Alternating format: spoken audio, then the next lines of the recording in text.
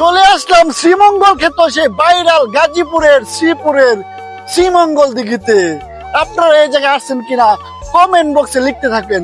আজ আমার রাজপঙ্খী দিয়ে ঘুরে দেখাবো এই শ্রীমঙ্গল ক্ষেত্র ভাইরাল দিঘি। চলুন আমার সাথে। গাজীপুর জেলা শ্রীপুরের মধ্যে এত সুন্দর গ্রামীণ পরিবেশে সত্যি এই দিঘিটা মনোমুগ্ধকর এবং এক মুহূর্তে যেন মন কেড়ে নিয়ে সবার। আশেপাশের পরিবেশটা জাস্ট অসাধারণ।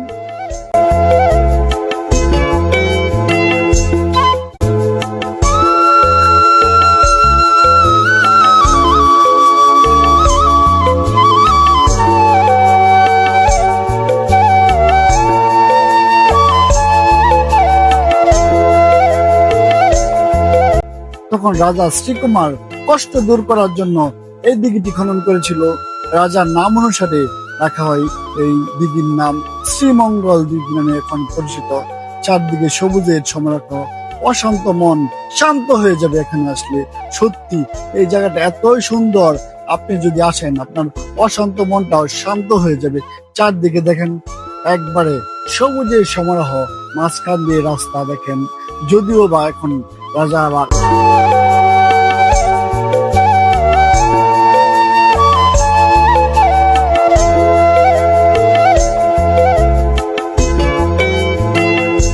এই শ্রীমঙ্গল দিঘি চতুর্পাশ থেকে আজকে ঘুরে দেখাবো মোটর সাইকেল নিয়ে। সো ভিডিওটা কেউ স্কিপ করবেন না, ভিডিওটা ধৈর্য সহকারে একটু দেখার চেষ্টা করুন।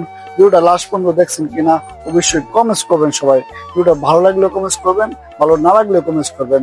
দেখেন কত সুন্দর, বাঁচানোর মালিক আল্লাহ। দেখেন এই গাছটি পানির নিচে ডুবে গেছে, কিছুই হয় না, অক্ষত। দেখছেন এটা দিঘির অপর সাইড থেকে, আমরা বর্তমানে আছি অপর সাইডে। দেখেন এই যে সামনে থেকে দেখতেছেন ওই পাড়ে এসে দিঘির মেইন পার, এটা অপর সাইড। সময় পরিবর্তন হওয়ার সাথে সাথে শ্রীমঙ্গল রাজার বংশধর এখানে আর পাওয়া যাচ্ছে না।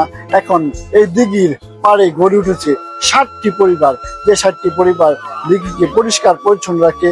তাদের জন্যই এখানে পানি পার সবকিছু থাকে পরিষ্কার পরিচ্ছন্ন। আপনার ভিডিওটি যদি ভালো লাগে অবশ্যই তাদের জন্য হলেও একটি লাইক করবেন, শেয়ার করবেন। ইউটিউব থেকে দেখলে অবশ্যই সাবস্ক্রাইব করবেন।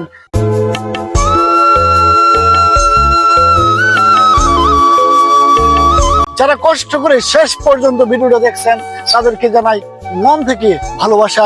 এই শ্রীমঙ্গল দিঘিটা আপনাদের কেমন লাগলো একটা কমেন্টস কিন্তু করবেন, ভালো লাগলেও করবেন, খারাপ লাগলেও করবেন, ঠিক আছে?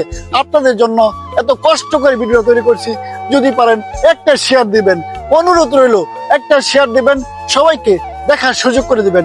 ধন্যবাদ, আসসালামু আলাইকুম। সেই গাজীপুরের শ্রীমঙ্গল দিঘি থেকে বিদায় নিচ্ছি।